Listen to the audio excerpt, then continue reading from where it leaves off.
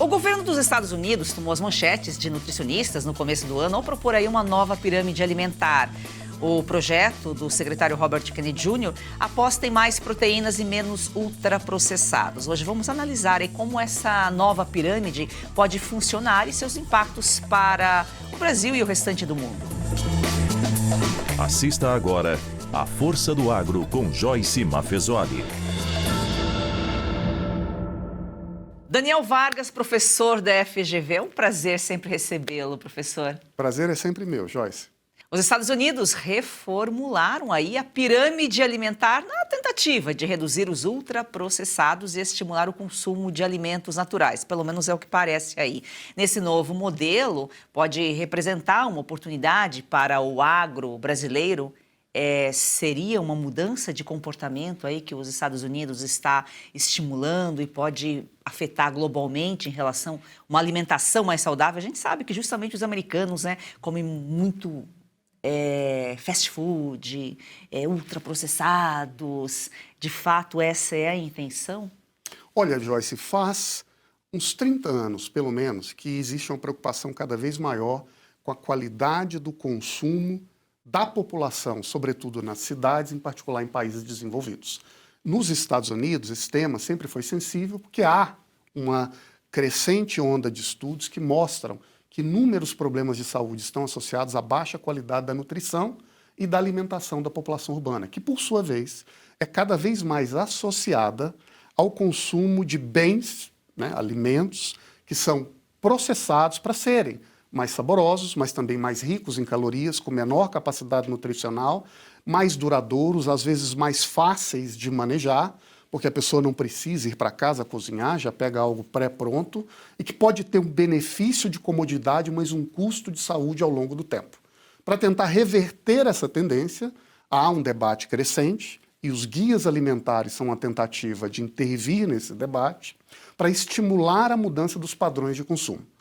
Isso é muito forte agora nos Estados Unidos, com um grande nível de obesidade, sobretudo da população urbana, mas também é um debate que tem a sua atração, a sua relevância na Europa e um pouco menor, mas também no Brasil.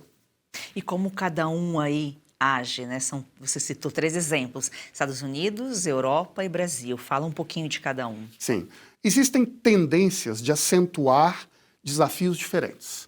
O objetivo final é uma alimentação que seja mais saudável e, portanto, que gere também condições melhores de saúde para a população. Como construir esse nexo entre alimentação e saúde?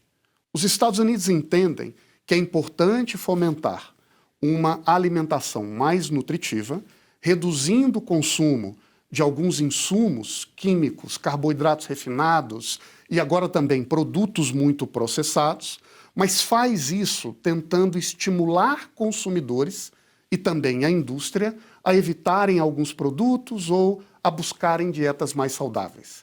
Mas respeita, vamos dizer assim, uma certa autonomia do mercado de se adaptar. Então, por exemplo, nos anos 2000 foi publicado um guia alimentar nos Estados Unidos que estimulava a indústria a reduzir o uso de gordura trans.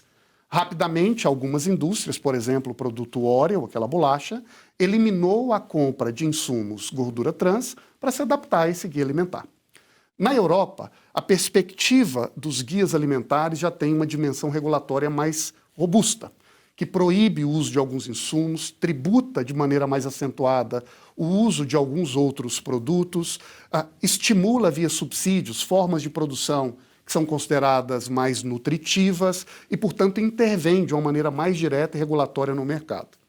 O Brasil tem um pouco de Europa, mas tende a ir além, buscando, sobretudo, olhar para a maneira como a produção se dá e, portanto, tentar não apenas mudar o padrão de consumo, não apenas estimular alguns produtos que são considerados mais nutritivos, mas também de fomentar práticas produtivas consideradas mais sustentáveis. E, portanto, há uma espécie de tentativa nesse debate no Brasil de intervir no próprio processo de produção de alimentos, considerando determinadas formas de produção menos desejáveis e sustentáveis e considerando outras, talvez mais associadas à biodiversidade, que são associadas a produções locais mais desejáveis. Agora, tem riscos e custos nessa maneira de agir. Pois é, riscos e custos. Na teoria, seria um mundo ideal. Você estimular e você realmente ter uma alimentação mais saudável, optar por produtos naturais em vez do industrializado. Mas será que nós teríamos condições, nós teríamos alimentos para toda essa gente? Porque a gente sabe que a indústria também vem para ajudar aí na questão da segurança alimentar e o agro também abastece a própria indústria, né, professor? E aí o debate deixa de ser apenas um debate nutricional em termos de uma ideia e passa a ser um debate sobre modelos econômicos. Então, nós idealmente queremos que todos consumam bem. E a partir de alimentações mais nutritivas e sustentáveis, também reduzam o impacto sobre a saúde pública, com outros gastos que são gerados pelo Estado, estimulem novos empregos, valorizem produção com bens diversificados e, de alguma maneira, também fomentem um desenvolvimento mais includente. Então, em tese, tudo isso é desejável. A grande questão, Joyce, é como fazer isso a partir da liderança do Estado e onde estão os limites para essa ação estatal. Um dos riscos, por exemplo, é de nós simplesmente entregarmos para um conjunto de técnicos a tarefa ou o dever de escolher por nós aquilo que nós vamos consumir no nosso café da manhã. Será que eliminar essa liberdade do consumidor, de fazer a sua seleção, a sua escolha, guardadas as suas características da sua rotina e da sua realidade, é a melhor maneira de avançar? Ou talvez algum processo mais moderado fosse uma alternativa mais prudente? Além disso, será que todo processamento industrial significa uma perda nutricional e significa uma redução justificada na comodidade de como a economia do consumo funciona? Porque, veja, à medida que as pessoas trabalham, elas precisam também escolher como alocar seu tempo. Nem todos têm condições de fabricar e produzir sua própria comida. É para isso que existe um mercado com divisões de tarefas. Será que processos industriais por si só são negativos? Agora, nos Estados Unidos, por exemplo, a Associação de Pecuaristas do Texas tem reagido e dito, olha, mas se o guia está estimulando a redução de consumo de carne quando ela é ultraprocessada, será que o efeito não será reduzir o próprio consumo de carne como um todo, como se a carne fosse ruim, quando na verdade é rica em nutrientes? Os produtores de laticínios no Wisconsin têm dito, quando o guia estimula o consumo de laticínios com menos teor de gordura, será que as pessoas não vão deixar de consumir leite, que é um produto rico em nutrientes? O que significa que à medida em que a gente estimula um guia que intervém no processo de produção, a gente também gera uma série de efeitos colaterais, que em última análise podem ser ruins para a economia, para os produtores e até mesmo para os próprios consumidores. O que significa que é importante, Joyce, moderação. E entender que, em última análise, uma melhoria da qualidade de consumo pode e deve exigir, sim, impulsos, estímulos, mas também depende de um processo de amadurecimento, que, em última análise, está ligado à decisão das pessoas, segundo a sua realidade e as suas circunstâncias. Não será nenhum grande sábio que vai chegar para qualquer um de nós e dizer o que nós vamos comer em cada momento do dia como se fosse uma ração. Não é assim que funciona com a alimentação humana e não é assim que as sociedades se desenvolvem e amadurecem com a sua própria consciência e qualidade de consumo. Você falou Estado. Quando a gente fala Estado, tem que prestar atenção em quem está no governo no momento, que no caso aqui é o PT. E por falar em PT, recentemente, professor, você participou de um fórum global na Alemanha para discutir bioeconomia. Explica o que é esse fórum e sobre o que você falou lá. Bom, Joyce, há pelo menos 50 anos existe uma preocupação crescente no mundo de identificar a economia com a natureza.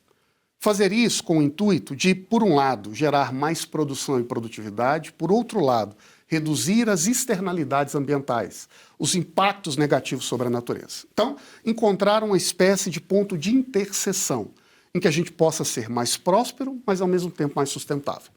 O título convencionalmente utilizado para se referir a esse elo é o que nós chamamos de bioeconomia. A economia sustentável, no entanto, tem características diversas da maneira como ela é tratada, conceituada e implementada em diferentes regiões do mundo. Existem pelo menos 3 tradições dominantes de como perseguir essa rota da bioeconomia.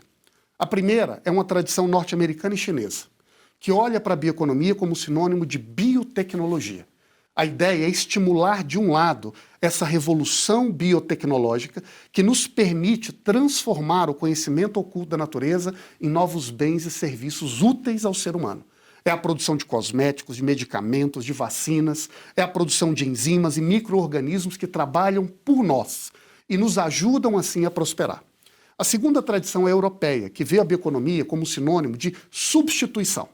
Então, existe um conjunto de produtos que são altamente poluentes, como, por exemplo, o petróleo, e nós vamos agora estimular a produção de produtos alternativos a esse a partir de um certo uso da natureza.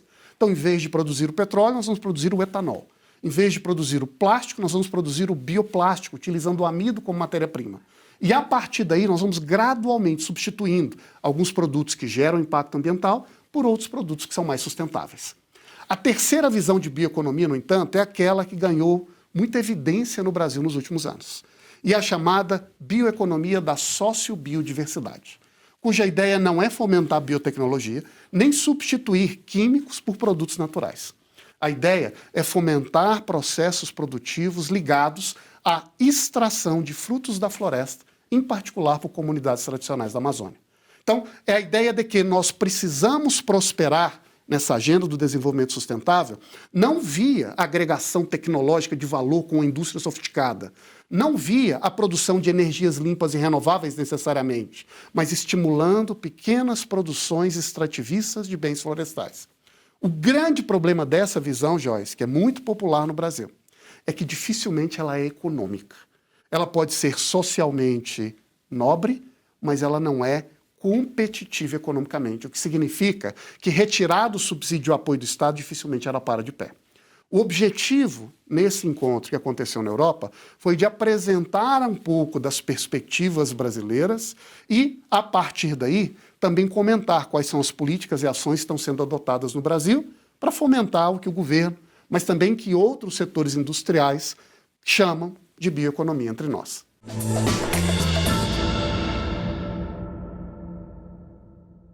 Achamos que todos os sistemas de organização política, baseados no coletivismo ou nas teorias e práticas socialistas, têm um histórico de fracassos tão indiscutível que não podem ser propostos com um mínimo de racionalidade.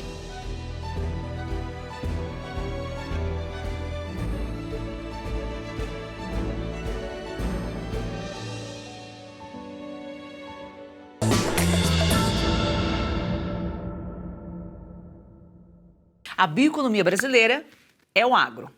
Ela é a base da nossa bioeconomia. Sempre foi e deve continuar a ser. O que significa um setor com a imensa capacidade de mobilizar a inteligência humana, a força de trabalho, para transformar a natureza de uma maneira sustentável, gerando bens e serviços que são úteis a nós e também em equilíbrio com a realidade do clima e do planeta. E para ir contra o agro, porque é contra o agro, o PT vendeu a ideia lá fora de que a nossa bioeconomia são os frutos da Amazônia, estimular aí o extrativismo, a gente sabe que existe, é bonito, mas existe tanta pobreza, né?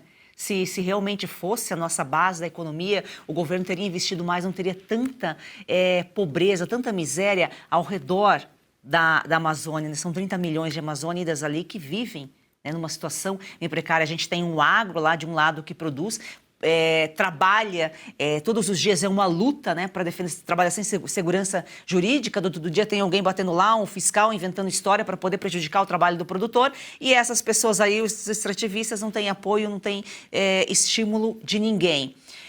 Lá fora, eles têm essa ideia do que é o Brasil, do que é o nosso agro? Não, Joyce. O discurso brasileiro é de diversidade. Então ninguém pode, em tese, ser contra promover uma diversificação produtiva cada vez maior da produção de alimentos no Brasil. Para que a gente tenha uma cesta de produtos mais diversos, possamos atender a mercados que também vão se qualificando e, a partir daí, produzir mais, gerar mais renda, utilizando, inclusive, o manancial da biodiversidade brasileira como fonte e oportunidade para o futuro. Esse discurso, na teoria, é nobre. Na prática, no entanto, ele vem sendo utilizado no Brasil como uma negação. Então, para promover a bioeconomia, não a agricultura. Para promover a bioeconomia, não a pecuária. Para promover a bioeconomia, não ao uso de insumos, de tecnologia, de máquinas, que são a base para uma produção que seja efetivamente econômica no campo. E quando isso é colocado em prática no dia a dia, o que nós vemos é um conjunto de políticas públicas que, de um lado, acabam transferindo renda para apoiar via subsídios, via apoios, mercados garantidos, pequenas produções simbólicas, do que nós chamamos bioeconomia, de pequenos extrativistas na Amazônia, ao mesmo tempo em que utilizamos uma série de operações, restrições, punições para conter a produção dos pecuaristas e agricultores da Amazônia. O efeito é que nós temos uma região que cada vez mais importa alimentos. A Amazônia não pode e não irá sobreviver consumindo castanha, nozes e pequenos frutos sazonais da floresta. Assim como nós, a Amazônia consome arroz, feijão, carne, 30 milhões de pessoas que precisam desses produtos para o seu dia a dia. E veja só, boa parte desses produtos cada vez mais chegam à região produzidos em outras partes do Brasil e transportados por avião, pagando fretes enormes. O resultado, Joyce, não é uma produção mais sustentável, não é uma alimentação mais nutritiva, é um cerceamento que torna hoje a Amazônia a região com a maior carga de insegurança alimentar, ou se quiser, de fome no Brasil. E tudo isso podia ser produzido lá, 80% daquela região é preservado, o agro ocupa mais ou menos 12%, e tem condições de ser produzido tudo isso lá, mas justamente as políticas públicas são contra o desenvolvimento da Amazônia. E, professor, quando a gente fala muito aqui sobre os países, os interesses internacionais, principalmente naquela região, as ONGs que estão a serviço desses interesses, né? A gente critica tantos os países, mas nem todo mundo que está lá fora. O mundo todo não é nosso inimigo, o principal inimigo está aqui no Brasil, é o brasileiro a serviço, né? Que se coloca, que se presta a estar do lado errado da moeda. Olha, Joyce, nos últimos 30 anos, nós percebemos essa ascensão imperiosa de uma visão de mundo muito particular. Nós poderíamos chamar de um ambientalismo identitarista, que tende a olhar para determinadas formas de produção de pequenos grupos identitários, muitas vezes ligados a pequenas comunidades, como se fosse o caminho do futuro. O que significa que tudo que se distingue disso deve ser eliminado, restringido, paralisado. A Europa liderou essa rota.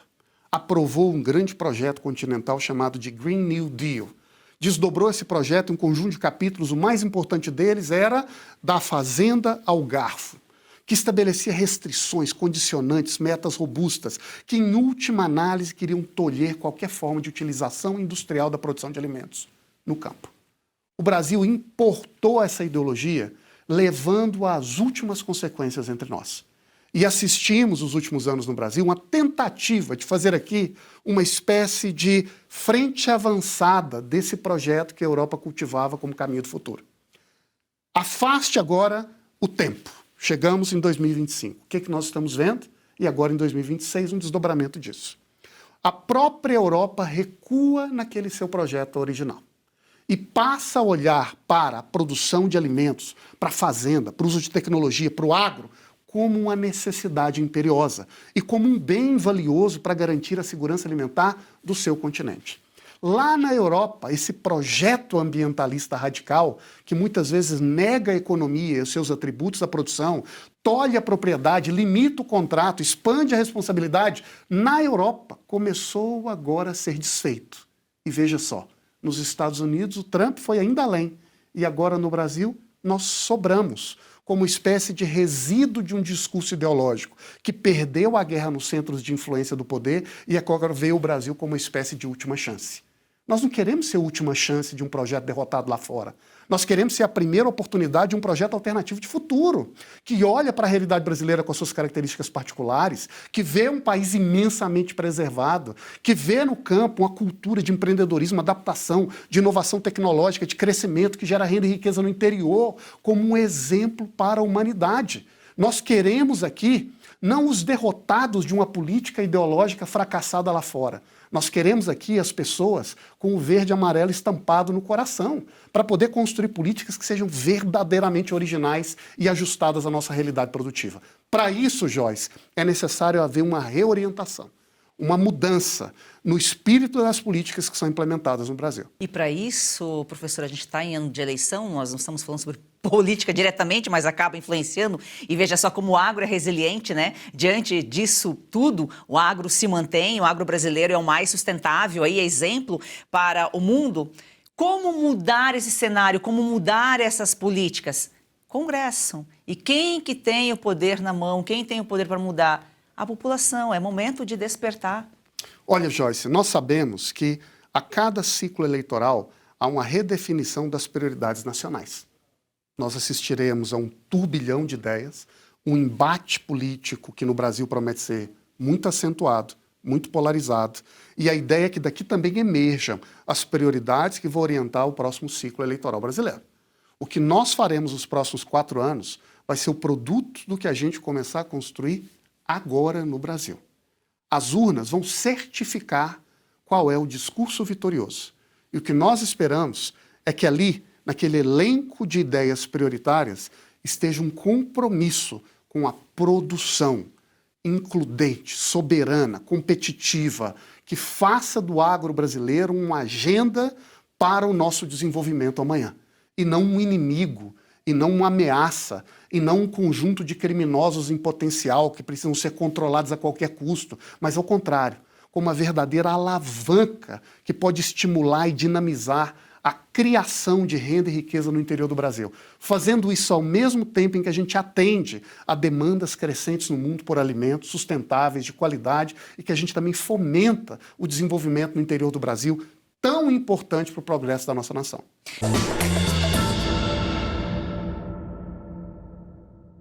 Você já perdeu as contas de quantos comprimidos toma por dia para tentar aliviar suas dores? Cansado dos efeitos colaterais que isso causa no seu corpo? Como dor nas juntas, nas costas, nas pernas, dor para levantar, até para dormir. A verdade é uma só, você merece se sentir bem de novo e isso é possível. Com certeza, é isso mesmo. A Vitai Gold traz para você um produto completo de verdade. O Vitai 7 em 1 é uma fórmula com 7 ativos mais indicados por especialistas, agora em apenas 2 cápsulas por dia. Chega de tantos remédios, mais praticidade, mais saúde e menos dor. É isso aí, imagina só, fortalecer os seus ossos, reduzir as inflamações, proteger os seus músculos e cartilagens, recuperar a disposição e ainda reforçar a sua imunidade. Tudo isso com uma fórmula natural, com comprovação científica que age de verdade onde a dor começa. E a nossa querida Lucinha Lins já incluiu o Vitai 7 em 1 na rotina. Vamos ver o que ela conta pra gente. Cansada de tomar vários comprimidos por dia, não é mesmo? Eu também. Por isso a Vitai Gold tem agora o Vitai 7.1. São os 7 principais ativos para cuidar da sua saúde e ajudar você que sofre com dores nas articulações, artrite, artrose, reumatismo, fibromialgia. A Vitai Gold desenvolveu um creme de massagem e vai mandar aí para você de presente. Ligue 0800 291 2200. É isso mesmo, o Vitai 7 em 1 mudou a rotina da Lucinha e pode transformar a sua também. Ligue agora para 0800 291 2200 e aproveite a oferta exclusiva. 70% de desconto para os 100 primeiros que ligarem e o relógio inteligente, ó, vai de presente. É isso aí, então chega de remédio para tudo e solução para nada. Vitai 7.1 é natural, eficaz e foi feito para você viver sem dor.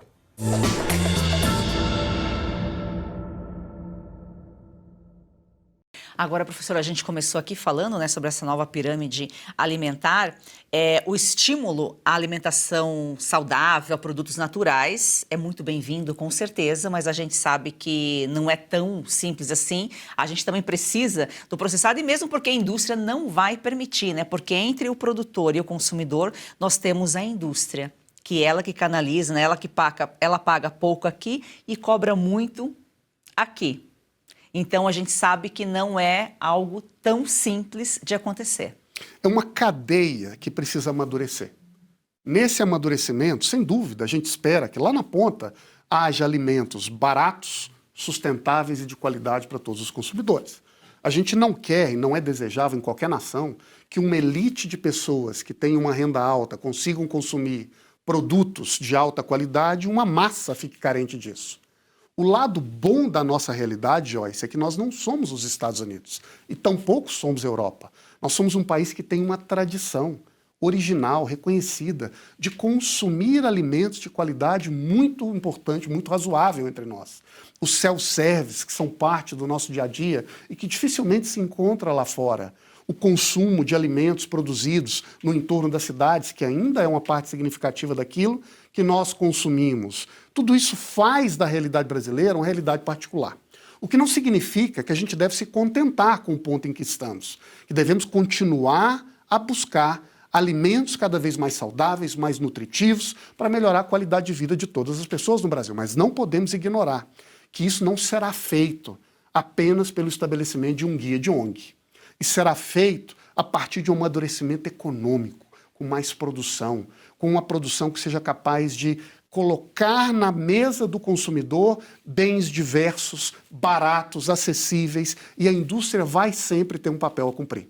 Não podemos cair no discurso fácil de achar agora que toda a indústria é um inimigo da humanidade. Veja só, né? Curiosamente, o mesmo grupo de pessoas que ideologicamente critica o agro para defender a industrialização, quando o debate muda para a qualidade nutricional, já vê a indústria como inimigo e já quer a produção original da fazenda como sendo a rota do futuro. O que só mostra a confusão mental do debate de boa parte daqueles que são adeptos dessas ideologias da moda.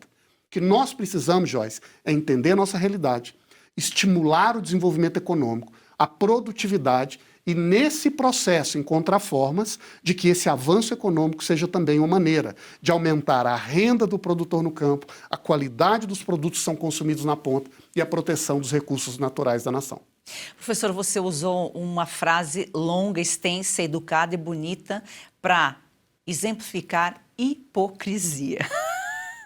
No fim das contas, as pessoas são hipócritas, né? Quando convém, defendem. De qualquer forma, o agro vai estar sempre em foco, vai estar sempre em alta, estimulando o consumo mais natural, a indústria estando ou não ali, participando diretamente ou indiretamente, o agro vai produzir, pode ser uma oportunidade até de abastecer mais, de demandar mais aí, produzir mais para atender essa demanda do estímulo aí, esses produtos naturais, esses alimentos mais saudáveis. A gente vê a população, principalmente brasileira, cada vez mais se preocupando, né, com o alimento, com a prática de exercícios. E aí eu acho que é onde o foco central deveria se dar, Joyce. Olhar para as demandas emergentes do mercado como uma rota produtiva.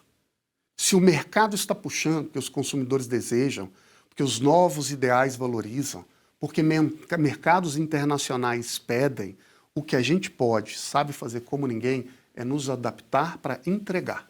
A gente produz, a gente sabe produzir. O que boa parte do mundo não sabe, o que a América Latina, inclusive, muitos dos nossos vizinhos têm imensa dificuldade em compreender. A gente parece que já tem no DNA, ou melhor, nos atributos centrais de uma cultura, de um povo, em particular os gaúchos, né, que colonizaram a região do centro-sul brasileiro, depois vieram para outras partes do país. Eu mesmo cresci no noroeste de Minas, uma região em que esses mesmos gaúchos vieram e hoje é um grande dímano de produção nas redondezas de Brasília e agora estão indo para outras partes do Brasil, para Roraima, para o Pará e assim por diante. Essa cultura da produção, da capacidade de unir bens, recursos, inteligência para transformar o solo, entregando alimentos, atendendo a demandas do mercado, é o que o Brasil sabe fazer com imensa força, imensa qualidade. Agora, Joyce, o que significa, do ponto de vista do mercado internacional, para que essa demanda de bens mais nutrientes chegue até nós, como oportunidade de mercado real, a gente vai precisar desenvolver a habilidade de negociar. Por exemplo, os Estados Unidos, agora há pouco, estabeleceram um tarifário sobre os produtos brasileiros. Depois recuou e criou uma lista de exceções. Mas boa parte das novas demandas que podem e devem emergir no mercado não teriam entre nós a abertura para vender sem tarifa. É como se esse mercado americano estivesse fechado para todos aqueles que hoje já não estão participando daquele processo de trocas. O que significa que a gente vai precisar negociar para que essas demandas internacionais sejam de fato abertas para a produção brasileira chegar ali e a gente conseguir, assim, se beneficiar economicamente com isso. O Brasil é gigante, só tem que saber se posicionar. Por isso que a gente precisa estar aí bem representado. Professor, muitíssimo obrigada aqui, sempre uma aula. Eu que agradeço, Joyce, sempre um prazer. A força do agro, o Brasil, que dá certo.